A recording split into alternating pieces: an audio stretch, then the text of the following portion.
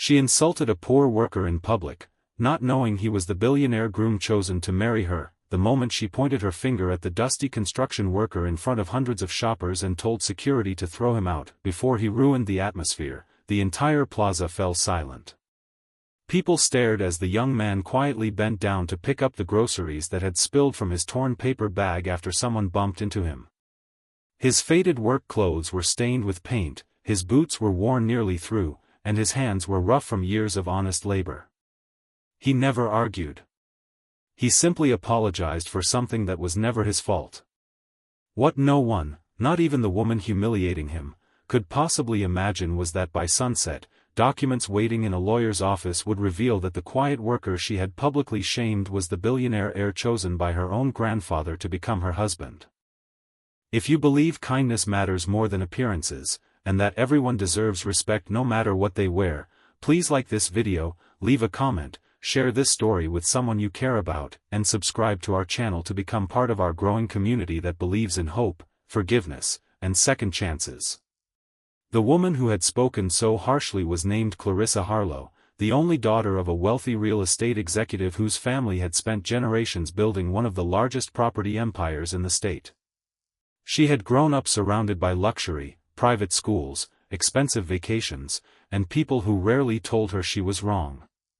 Beneath her polished appearance lived someone who believed success could be measured by expensive watches, tailored suits, and prestigious last names.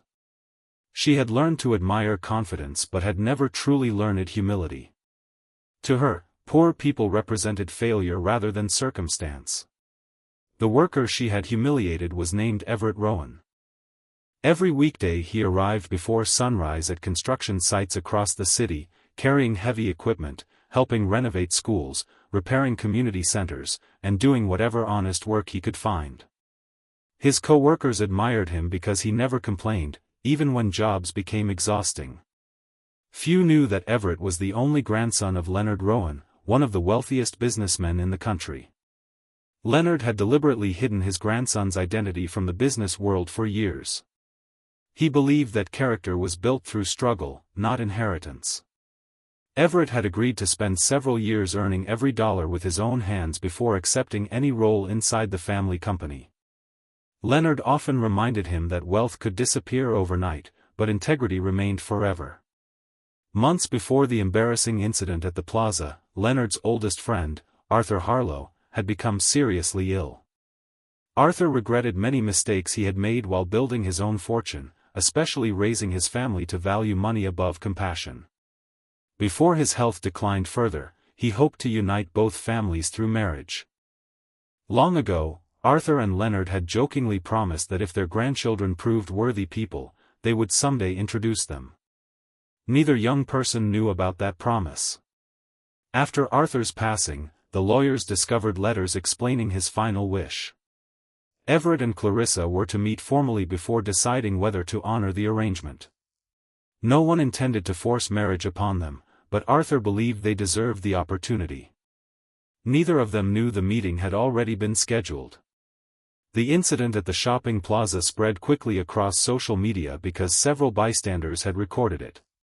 The video showed Clarissa criticizing the worker's appearance while Everett quietly gathered his groceries without responding in anger. Many viewers praised his calmness while criticizing her behavior. Clarissa dismissed the backlash, convinced people misunderstood what happened. She insisted she had only wanted to maintain order. Meanwhile, Everett never commented publicly. After finishing work that afternoon, he returned to his modest apartment, washed away the dust from another long day, and received a call from his grandfather's attorney reminding him about the upcoming meeting with the Harlow family. He arrived wearing a well-tailored navy suit that had been hanging untouched in his closet for years. The transformation was remarkable, yet his gentle expression remained exactly the same. Clarissa entered the conference room expecting another wealthy businessman eager to impress her family. The moment she looked across the polished table, every ounce of confidence disappeared from her face. The man she had mocked only days earlier stood beside one of the country's most respected billionaires. Her heartbeat seemed to stop. Leonard Rowan greeted everyone warmly before introducing Everett as his successor and sole heir.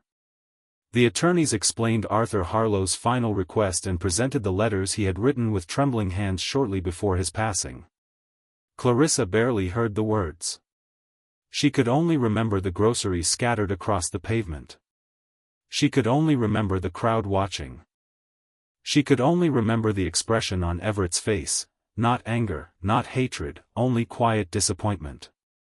For the first time in many years, shame settled deeply inside her heart.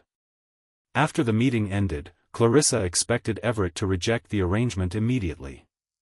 She almost wished he would.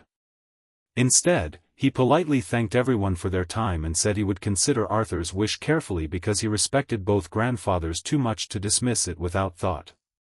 His kindness made her guilt even heavier. Over the following weeks, Leonard encouraged Everett not to judge Clarissa by one terrible moment. At the same time, Clarissa's mother confessed something she had hidden for years. Their family's success had begun because Arthur himself had once been a poor construction worker. He often said the hardest days of his life had taught him the greatest lessons, but somewhere along the way the family had forgotten those values. Clarissa felt devastated. She had insulted someone who reminded her grandfather of his own younger self. Unable to ignore her conscience, she visited the community center where Everett volunteered every afternoon after work. She expected him to send her away.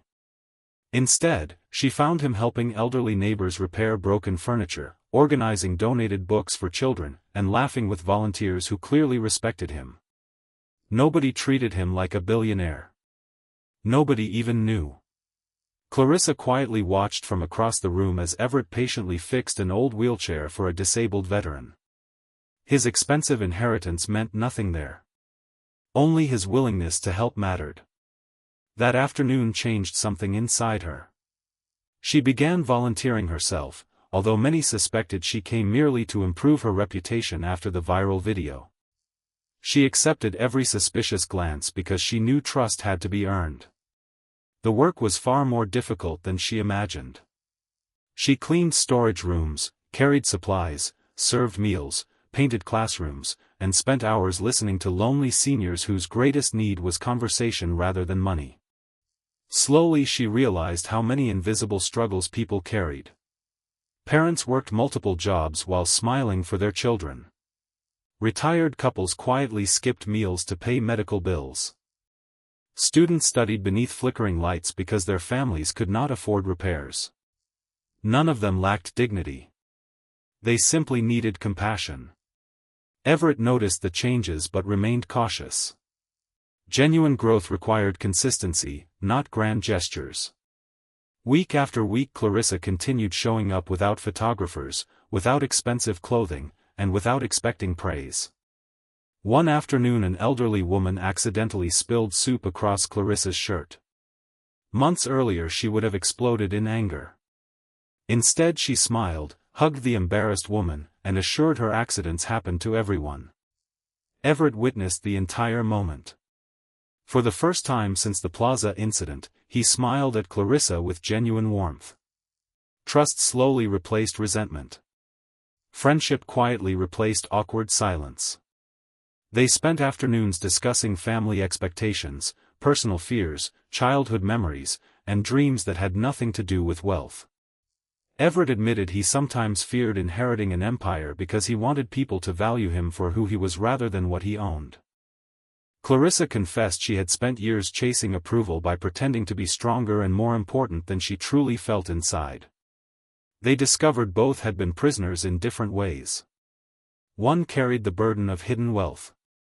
The other carried the burden of empty pride. Several months later, a major storm damaged dozens of homes in a nearby neighborhood.